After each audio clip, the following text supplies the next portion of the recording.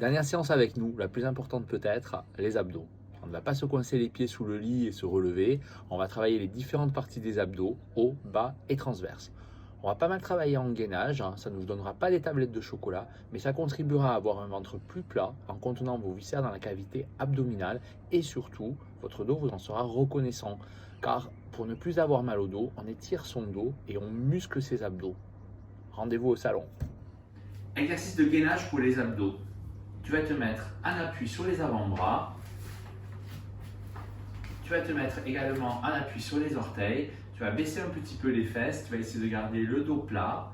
Et tu vas soit tenir 20 secondes dans cette position, soit faire une vingtaine d'allers-retours tout doucement comme ceci. Tu vas essayer de garder le ventre bien rentré. Tu peux garder la tête basse. Fais attention à ne pas avoir les fesses qui remontent. On va refaire 4 séries comme ceci. C'est un exercice qui est vraiment important pour bien tenir son dos, pour bien maintenir aussi les viscères à l'intérieur de la cavité abdominale et ainsi avoir un ventre plat. Le prochain exercice pour les abdos, ce sera l'exercice dit libérer-délivrer. Alors, on va se mettre en position de planche en faisant attention à garder le dos bien plat. Et on va lever un bras sur le côté.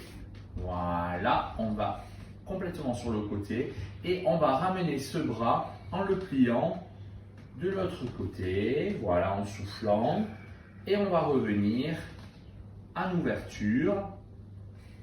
Et on redescend. On travaille bien comme ça les obliques. On joue bien sur sa respiration, c'est-à-dire qu'on inspire en levant, on souffle en redescendant. On fait 5 fois d'un côté. 5 fois de l'autre.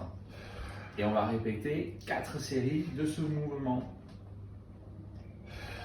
L'exercice suivant est un exercice pour faire travailler les obliques, c'est-à-dire la partie latérale de vos abdominaux. On va se mettre debout, on va utiliser un pack d'eau avec Alexandre, mais si c'est trop lourd, on peut utiliser une seule bouteille d'eau, un sac à dos lesté, des bouquins, une boîte de conserve, ce que vous voulez. Donc on se met debout comme ça, on va descendre latéralement le plus bas possible. Après avoir mis une main derrière la tête, voilà, on descend et on remonte bien. On exagère le mouvement un petit peu dans l'autre sens. C'est là que ça va travailler. Ok, on reste bien dans l'axe. On souffle sur la montée, on inspire dans la descente. On va faire ça 10 fois d'un côté, puis on va faire ça 10 fois de l'autre. On va faire 4 séries de 10 mouvements.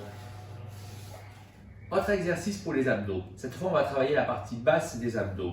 On va faire l'exercice dit de relever du bassin. Allongé sur le dos, on va plier les genoux dans un premier temps, puis on va décoller les fesses en levant les jambes vers le ciel. On donne un petit coup de bassin. Voilà, on lève les jambes comme ceci à la verticale. Une dizaine de fois. On fait attention à ne pas avoir la tête en extension, on rentre le menton, merci. Et on repose. On va faire 10 mouvements comme ceci. On va répéter 4 séries.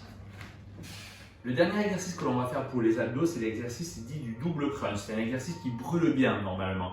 On va essayer à la fois de relever le haut du corps et le bas du corps. Il faut être bien synchro pour ne pas se faire mal au dos.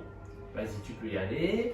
Hop, on replie les jambes, on relève le haut du corps et pas seulement la tête.